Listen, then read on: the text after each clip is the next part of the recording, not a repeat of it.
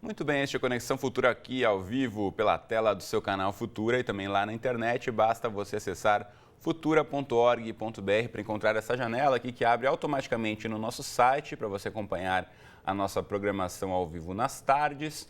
E aproveitando que você vai estar no nosso site, procure a aba de programas Conexão Futura para descobrir aí todos os nossos episódios anteriores. Estão reunidos aqui. Você pode curtir, comentar, compartilhar e rever quantas vezes quiser as nossas discussões. Bom, estamos aqui no 21 de setembro, o Dia Internacional da Paz, declarado pela ONU, a Organização das Nações Unidas, lá no ano de 1981. E você em casa, como definiria o que é a paz? Bom, para muita gente essa palavra remete a calma, sossego, tranquilidade, mas também pode significar a ausência de guerras, conflitos, lutas e violência. Infelizmente, na história recente, é difícil encontrar algum período assim. E para você em casa, o que é paz? Bom, para essa conversa, recebemos aqui no estúdio o Gilberto Caldas, que está ao meu lado, ele é sociólogo. Obrigado, Gilberto, pela presença. Eu que agradeço. E também conosco aqui no estúdio está o José Luiz Quadros de Magalhães, que é professor de Direito Internacional da PUC Minas. José, obrigado pela presença. Eu que agradeço. Bom, daqui a pouquinho a gente fala também direto de São Leopoldo, lá no Rio Grande do Sul, com o Binô Schwetz. Ele é ativista e membro da Serviço da Paz. E você em casa, como sempre, também é nosso convidado. Já perguntei para você o que é paz na sua vida. Então aproveite aí para mandar aí a sua mensagem, sua resposta para a gente pelas redes sociais. Primeiramente, vamos ao facebook.com/canal Futura Oficial. Você pode curtir, comentar e compartilhar as nossas postagens. Também no Twitter, em até 140 caracteres, mande a sua resposta para a gente. Ou também temos duas outras formas de comunicação. O WhatsApp no 21 968 668 414, os números que estão aqui embaixo, 968 668 414, ou ainda no nosso bom e velho telefone fixo que segue à sua disposição no 0 operadora 21 2273 5020. Enquanto você manda o seu recado, explica pra gente o que é paz no seu dia a dia, já começa aqui o nosso bate-papo. Quero começar ouvindo o professor José Luiz. A gente olhando aqui na linha histórica do tempo, como eu já disse, é difícil encontrar algum período, né? Mesmo na escola você vai estudar período tal e tal, um período de paz absoluta reinando pelo planeta, é complicado de encontrar, né, professor? É complicado e eu diria que na modernidade é quase impossível. Eu acho que é importante a gente fazer um corte, né, para tentar começar a responder essa pergunta do que é paz.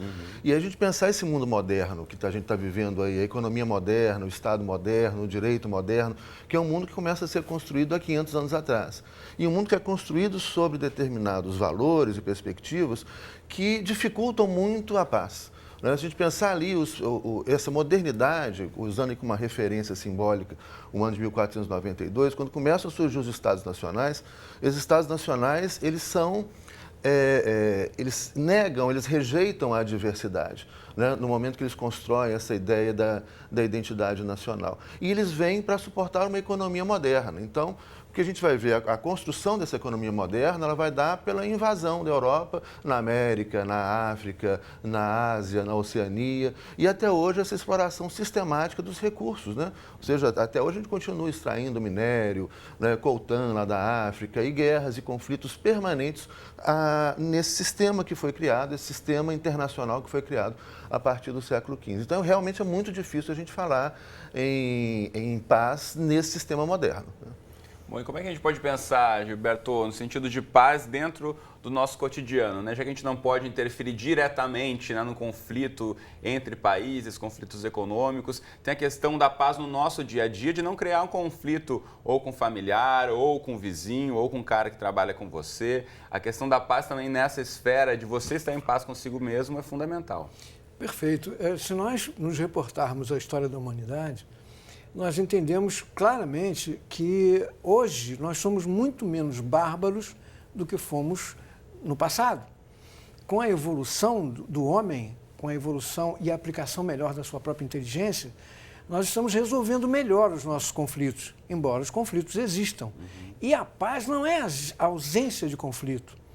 A paz, ela é exatamente sintonizada no ajuste desses conflitos, porque eu vou competir sempre. Eu vou pegar um ônibus eu vou competir com 36 outras pessoas que também pretendem sentar no ônibus, certo ou errado? Então, não mas tem eu não lugar pra sei, todo mundo, né? eu não sei quem é. Quando eu identifico esse oponente, eu passo a ter um conflito. Então, a paz não é ausência de conflito. A paz é um movimento interior, como você bem colocou. É preciso que nós entendamos que tem que haver dentro de mim um espaço de tranquilidade e de harmonia. Harmonia quer dizer equilíbrio. Sem equilíbrio e sem harmonia interior, eu vou conflitar de uma forma guerreira, porque o conflito dá origem à guerra, né? Você vê competição, conflito e o embate direto. Não é? Hoje, muito menos bárbaro. Quando se fala em armas de fogo, piores armas eram da época medieval, que as pessoas cortavam-se as cabeças e os outros morriam por esvaziamento de todo o sangue do corpo. Não é? Então, hoje somos muito menos bárbaros e hoje nós trabalhamos exatamente nesse viés. Quem sou eu? De onde eu vim? Para onde eu vou? Vale a pena eu, na contrariedade, conflitar e guerrear com você? É preciso que eu tenha uma postura proativa. Sem dúvida. Agora, essa questão de você estar tranquilo consigo mesmo, a gente vê muita gente que literalmente parece que sai de casa para ir para a guerra, né? Achando briga e conflito com todo mundo. Então, nisso é preciso pensar um pouquinho também na questão da educação. Então, eu vou chamar para a nossa conversa agora o Binô Swett, que é ativista e membro do Serviço da Paz, fala com a gente diretamente lá do Sul, de São Leopoldo. Tudo bem, Binô? Bem-vindo à Conexão Futura. Olá, boa tarde, Cris. Boa tarde. Então fala pra gente de que forma então você trabalha na sua instituição aí participando e promovendo a educação para a paz. Nós temos um trabalho que acompanha um pouco da reflexão que o Gilberto acabou de fazer, né? E o movimento pacifista também tem esse entendimento que viver em sociedade é viver em conflito, né? Então a gente percebe que através de oficinas práticas tem como a gente pensar formas não violentas de resolução de conflitos. Então, a gente tem um trabalho que é feito no âmbito da educação, principalmente em escolas, né, aqui no Rio Grande do Sul, mas também no Brasil. E a gente tem a concepção, que é algo do movimento pacifista, que tem como precursores lá o Mahatma Gandhi, Martin Luther King, o próprio Chico Mendes, aqui o brasileiro, Paulo Freire, que nos inspiram bastante com relação à paz. E a paz não como a paz dos cemitérios ou a paz sem voz, mas sim uma paz que possa estar lutando por seus direitos. Então, a gente sempre faz a afirmação pessoal, né, a identidade de si, a afirmação da comunidade onde se vive, então a pertença à comunidade, e pensar que a gente vive nesse planeta. E discordando um pouco da fala do Gilberto e falando um pouco sobre direito internacional do José Luiz, a gente tem uma militância com relação às campanhas pelo desarmamento, contra as minas terrestres e também com relação a pensar os conflitos armados sem o uso de armas, de que a humanidade descobriu a bomba atômica em 1945, a gente soube o que poderia ocorrer caso fossem utilizadas, né? E a gente tem aí um marco também até para a instituição da Declaração das Nações Unidas em 1948. Muito bem, eu quero aproveitar esse gancho que você falou da ONU e mostrar para quem está em casa agora o site da ONU aqui no Brasil. Tem um destaque aqui, vamos colocar na tela, que fala exatamente sobre a questão do dia de hoje, que foi instituído pela ONU, como eu disse, em 81, 21 de setembro, o Dia da Paz, e o chefe da ONU, Ban Ki-moon, convocou os países que estão em conflito para um cessar-fogo de 24 horas durante o dia de hoje. Aqui você vê nessa fotinho pequena, lá na sede da ONU em Nova York, a pergunta, né, What are you doing for peace? Ou seja, o que você aí que está olhando para essa foto está fazendo pela paz. Por outro lado, a questão dos conflitos internacionais, a gente está falando aqui um pouco, né, de formas de guerra e formas de ferir as pessoas num caso de guerra. A gente sabe que tem todo um lado econômico fundamental que acaba financiando. Por que tem tanta guerra? Porque em algum lugar alguém está ganhando muito dinheiro com isso, né, professor José Luiz? A questão da indústria bélica, isso também é o quê? Lutar pela paz, mas tem esse interesse econômico que acaba fazendo a manutenção dos conflitos. Sim. Eu acho que a minha preocupação primeiro é a gente não naturalizar esses conflitos, né? Depende, olha, conflito, qual tipo de conflito? Obviamente que o conflito de ideias, a gente discordar, pensar, isso é fundamental. A gente só cresce com esse conflito. O que a gente não quer é que o conflito seja violento, etc. Então, o conflito, ele é necessário. Agora, não necessário esse conflito violento. Agora, eu acho importante a gente ir na raiz desses problemas. A gente só vai resolver o problema da guerra, dessa sociedade de conflito permanente, mas aí conflito armado, de violência, das mais variadas formas de violência, se a gente for entender a raiz do problema, entender como que essa modernidade, esses últimos 500 anos, eu estou querendo fazer esse corte, né, porque a gente está vivendo ainda na modernidade, até o topo da cabeça, as instituições modernas todas, o Estado moderno, o direito internacional, isso tudo é a criação desses últimos 500 anos. Essa modernidade e essa economia moderna se funda dentro dessa lógica, ela se alimenta disso, ela se alimenta da violência. Então, desde a formação dessa economia moderna, onde os estados que vão deter armas, né, Europa primeiro, depois Europa e Estados Unidos, mas a Europa durante muito tempo vai invadir o mundo inteiro, extrair recursos do mundo inteiro, isso que vai tornar a Europa forte. Né? E, num segundo momento, como que você cria toda uma economia que gira em torno da violência. Então, você tem aí desde privatização de presídios, né, de segurança privada para os prédios, etc., câmeras nas ruas, né, até exércitos hoje privados, inclusive. Você tem hoje segurança privada muito forte, isso movimenta bilhões, trilhões, isso movimenta muita grana. Então, a criminalidade, a violência, o conflito, ela alimenta essa economia. Muita gente está ganhando muito dinheiro com a criminalidade, com a violência. Então, a gente vai resolver isso como? Indo lá na raiz do problema, desconstruindo esse sistema. A gente precisa pensar de forma sistêmica. Né? A gente pensando em um mártir na questão da paz e que lutou aí, colocando a própria vida em risco em nome da paz, Mahatma Gandhi, nesse último meio século, realmente foi um dos marcos, né, que a gente pensa em figuras pacíficas e que tentava pensar exatamente nisso, né, professor Gilberto, de ir lá na raiz do problema. Imagina você um Estado absolutamente dominado pelo poder das armas, que era o caso da Índia com os ingleses. E aí surge uma grande alma e diz que nós precisamos nos libertar do jugo inglês sem disparar um tiro. Ora, o que aconteceu de revolução no próprio seio da cultura dos locais, dos autóctones, em não acreditarem que era possível se libertar de um jugo armado, de uma possessão armada, por uma postura pacífica. Só que Gandhi foi bem claro. Ele disse que não era uma postura parada, não era uma postura inerte, teria que ser uma postura proativa. E ele deu provas disso, deu exemplos disso. Porque, veja bem, a humanidade ela é mais frágil do que perversa.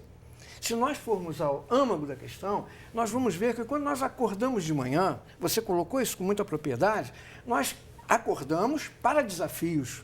E nem sempre o que vai acontecer no meu cotidiano é aquilo que eu quero que aconteça. Então, a contrariedade é constante. E eu preciso ter uma fórmula interior de contornar essa contrariedade. Porque, na verdade, a violência é a ausência de argumento.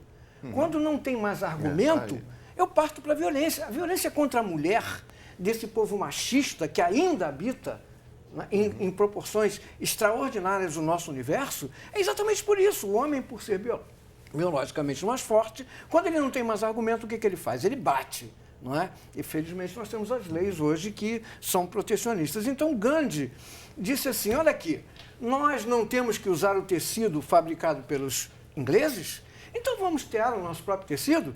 E comprou lá sua maquininha e ele fazia o seu próprio tecido, deixando de consumir, ou seja, de pagar o que mais feria os ingleses, que era o preço dos tecidos, que gerava a economia. Então nós precisamos ter um momento de muita clarividência. Hoje é muito em voga você falar em espiritualidade, que não tem nada a ver com religião. Espiritualidade é o momento em que o ser humano percebe que acima da vontade dele, acima dos poderes dele, existe uma força superior. E essa força superior é absolutamente equilibrada, é absolutamente harmônica, que é a própria natureza.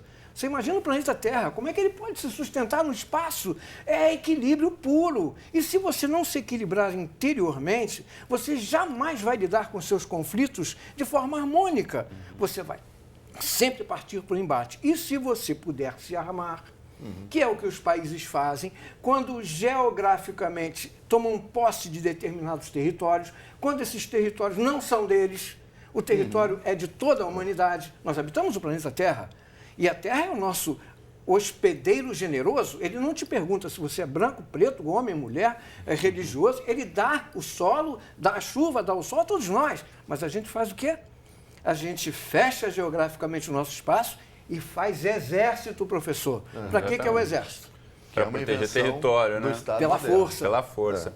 Quero voltar a chamar para a nossa conversa o Binô, que conversa conosco lá do sul do país. Binô, você segue nos ouvindo? Sim. A gente falava aqui um pouquinho, então, de como tentar buscar, né, dentro de cada um de nós, no dia a dia, aí, a questão desse equilíbrio, de tentar manter uma postura pacífica. De que forma isso pode ser trabalhado, já que você trabalha com educação para a paz? Então, o Serviço de Paz, através das oficinas do projeto Alternativas à Violência, ele tem desenvolvido nas escolas, como eu tinha falado anteriormente, mas também em unidades prisionais, né, em presídios. A gente tem percebido que muitas vezes, quando a gente faz o trabalho no qual a gente tem a oportunidade de resolver conflitos de forma criativa, qualquer pessoa tem essa disponibilidade, né? Então, encontrando dentro de si as respostas. De fato, a gente não ensina, como um modelo antigo, bancário, a paz como algo moralista, né? Moralizante, mas sim como uma ética de valores, então a ética do bem viver. Então a gente trabalha em cima desses termos e como nós somos um grupo ecumênico, não temos vinculação religiosa, a gente tem trabalhado com uma filosofia, por falta de outra palavra, do poder transformador. Cada pessoa é importante, cada pessoa tem um poder que transforma situações violentas em situações não violentas. E exatamente pensando nisso, a gente entende a paz como um processo e não como um objetivo. Então, mesmo que a gente possa ter um momento como a gente viveu aqui na América Latina durante um tempo, né, de não ter guerras entre países, e a gente tem, sim, no nosso contexto atualmente, uma guerra que ocorre nas periferias, né, dos jovens negros que são hoje assassinados, e isso nos convoca a ter atitudes, né, e atitudes solidárias. Mas uma das coisas que a gente se deu conta no presídio, ninguém é obrigado a fazer esse tipo de trabalho. Então, ser voluntário é o primeiro pré-requisito. Então, a pessoa tem que desejar isso, tem que buscar esse caminho para poder se transformar. Muito bem. Então, Binô, eu preciso já me despedir de você, que estamos encaminhando para o fim do programa, mas muito obrigado pelas contribuições no nosso Conexão Futura de hoje. Um abraço. Eu que agradeço. Um abraço a todos. Valeu. Deixa eu registrar aqui também a participação da Bel Dias pelo Facebook. Obrigado, Bel, pela mensagem. Você que não mandou ainda, dá um tempinho pelo Facebook, Twitter e WhatsApp que aparecem aqui embaixo. A Bel diz o seguinte, que tem uma música que ela gosta muito, que fala: a paz do mundo começa em mim. Se eu tenho amor, com certeza sou feliz. Então, para ela, a paz tem a ver com o amor universal. De fato, né, a questão de você amar a si próprio, amar o próximo, mas também sem pensar aqui na utopia de que não haverá conflito, como você bem disse, né, Luiz? Os problemas, os conflitos vão acontecer, o diferencial é como você vai resolver esses conflitos, como você vai entrar nessa forma de negociar com o próximo. Né? E eu acho principalmente essa preocupação de não naturalizar essas coisas. Né? Esse tipo de... isso é uma construção cultural. A gente precisa construir uma outra cultura, ou uma cultura da paz. A gente está vivendo, por exemplo, hoje no Brasil, um incentivo ao conflito, à polarização, à superficialidade. A superficialidade namora com o fascismo. Então, aquela coisa assim de apontar o dedo para outra, você é diferente. Essa não saber lidar com a diversidade, não saber lidar com a diferença, que é uma característica, infelizmente, a modernidade traz muita coisa boa, mas é uma característica ruim de boa parte dessa modernidade, né, de rejeitar o diferente, que agora, felizmente, a gente começa a aprender a lidar com essa diversidade. Pensar que esse outro que é diferente, ele não é um perigo, ele não é pior do que a gente, ele é diferente, ele tem algo que só ele tem e, portanto, que é uma grande oportunidade que a gente tem de crescer com o outro diverso, com o outro diferente. Mas, infelizmente, né, eu conversava com o Gilberto aqui antes no programa, a gente está vivendo vivendo essa intolerância, né? Com intolerância religiosa, intolerância política, muito ódio, né? Aquela defesa de um Estado punitivo, a gente quer colocar o cara, esse sujeito tem que ser preso, tem que ser isso vira uma festa, né? Todo mundo quer olhar, olha, o sujeito sendo preso, que bom. Isso incentiva uma cultura do conflito, uma cultura do ódio, né? Agora, Luiz, você falou a questão do fascismo, né? Sim. E dizem que a história anda em círculos, que às vezes a gente vai e acaba voltando para o mesmo ponto, né? O fascismo que atingiu principalmente a Europa aí, pouco mais de meio século, é muito recente na linha do tempo. Sim. E vocês percebem que agora, principalmente agora nessas manifestações em redes sociais, que você vê todos os tipos de absurdos e polarizações sobre temáticas mais diversas, a gente pode estar correndo o risco de se aproximar de um momento como esse de novo? Eu acho um risco, eu acho que isso está aí. A gente vê fascismos, eu acho que hoje em dia não vai ser como foi no passado, porque a gente está comunicando globalmente, está todo mundo ligado, todo mundo tem uma câmera na mão, tem a oportunidade de denunciar, de filmar o ódio, mas o ódio está, infelizmente, muito presente. A gente tem que fazer alguma coisa, a gente tem que fazer alguma coisa para barrar essa cultura, né? Em vez de incentivar, e eu acho que o papel da mídia toda também é isso, em vez de incentivar esse ódio, essa raiva, né, essa festa da punição, comemorar a punição do outro, não é bom ver o outro punido. Né? Eu vi uma palestra de um indígena equatoriano, professor da Universidade de Quito, no Equador, ele falando que na comunidade originária dele, que são muitas pessoas, a Aymara, ele falava, olha, a gente não tem cadeia, não tem polícia. Eu lembro que o aluno levantou a mão e falou, mas então como é que vocês fazem com quem erra? Olha, quem erra precisa de acolhimento. A gente vai saber porque que essa pessoa errou e vamos fazer o possível para que ela não erre de novo. Então, você pensar, né, são muitas questões políticas equivocadas, né, que vêm incentivando a raiva, que vêm incentivando o conflito. Quando você falava, me veio a memória agora, hoje é segunda-feira, se você está assistindo a gente ao vivo, dia 21 de setembro, ontem, dia 20, aqui no Rio de Janeiro, uma série de arrastões nas praias da zona sul da cidade, claro que provoca revolta de todos que assistem e veem, e principalmente quem está lá em meio àquela situação. Agora, por outro lado, também surgem as ondas de apoio aos grupos que promovem linchamento dos jovens que praticaram os arrastões. Que é o que a gente está falando aqui, né? De um lado, que é a revolta, mas por outro é a barbárie, que também não se justifica, né, Gilberto? Nós naturalmente temos esse viés, o ser humano tem esse viés da violência, não é? Mas a natureza é tão sábia e o equilíbrio é tão perfeito que nós somos dotados de inteligência. A inteligência é a capacidade que o homem tem de resolver problemas e se ajustar à vida em sociedade. Então, nós precisamos fazer uso da nossa inteligência. O aparato policial precisa usar a inteligência e menos a força. Claro. Nós também precisamos usar mais a inteligência, dando espaço para o outro, porque se eu não tenho espaço para mim, se eu sou egoísta, e o senhor colocou muito bem, professor, o egoísmo é o grande câncer da nossa era, da nossa humanidade, porque quando eu sou egoísta, eu